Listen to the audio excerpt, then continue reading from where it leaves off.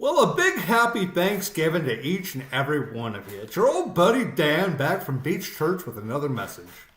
As always, want to thank the good people at Beach Church for allowing us to stand on this platform and deliver these messages, especially Pastor Jimmy, who does such a great job of leading that body. We just thank all of y'all for all that you do. Well, today we're in the first book of Corinthians, chapters 1 through 3. The Apostle Paul wrote this letter to the church in Corinth. And Corinth had a reputation not unlike Las Vegas or San Francisco. And that was combined with a resort atmosphere, think Miami. All this built into a commercial hub similar to New York City. As you may imagine, morality was not traditionally a priority for these people. There was a strong pagan influence there, and nonetheless, thanks to the loving sacrifice of Jesus Christ, a church sprang up there. And as you read through Paul's epistles, you may note some of its struggles were difficult, to say the least. And so Paul writes them to instruct them on division within the church and sexual immorality and Christian practices. And as Paul notes in these chapters, the Corinthians are infants in Christ, not yet ready for solid food, but only equipped for milk. And even so, Paul expresses thanks to God for them, even confirming that the Spirit is among them. He appeals to them to reject any notion that they are divided and calls them to unify in Christ. He spends time telling them about the process of maturing in the faith, instructing them that the wisdom of the wise has been turned into a kind of foolishness compared to the glory Jesus achieved for those of us who are called by his sacrifice on the cross. It's here I want to do something a little different on this Thanksgiving evening. I want to tell you a story. There was a young college graduate who moved into the slums of South St. Louis, thinking he was going to make an impact. But life hadn't gone well for him to that point. Due to some trauma he faced, he had cut ties with his family and friends. He really wasn't in his right mind, so he moved into a flat where an older gentleman was selling crack from his first floor apartment.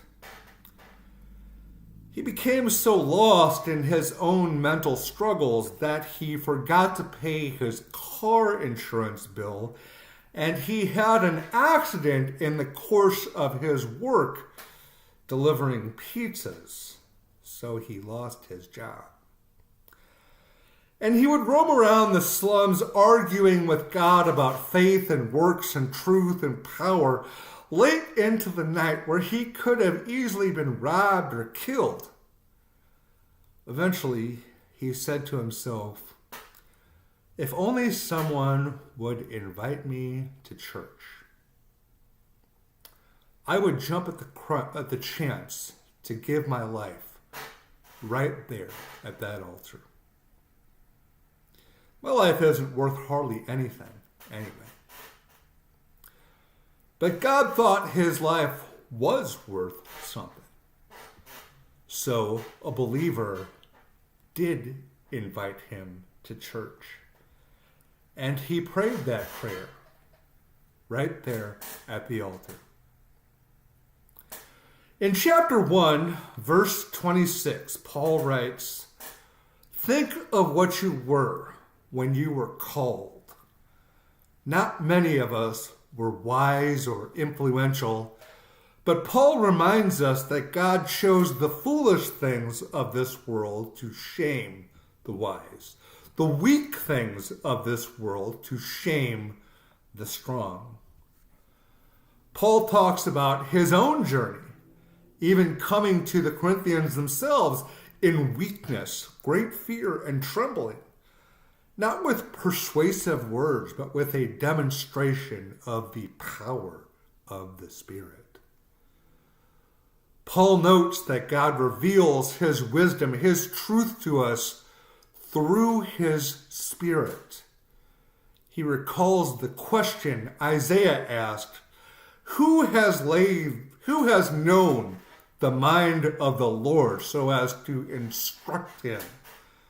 And he reveals to us as believers, we have the mind of Christ.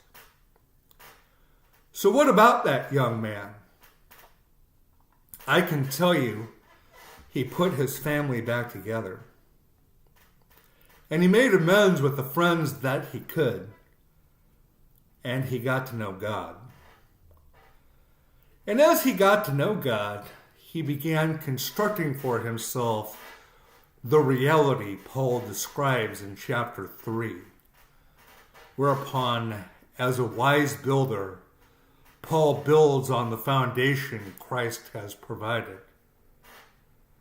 Sure, there have been tests. Just as Paul warns, the fire will test the quality of each person's work. If you haven't figured it out yet, that young man was me. And while Paul notes that all of us are temples, I am very glad that I came as a fool for Christ. Well, that's all there is today. I pray this blesses you. I thank you for the time that you take to watch these videos. Take care.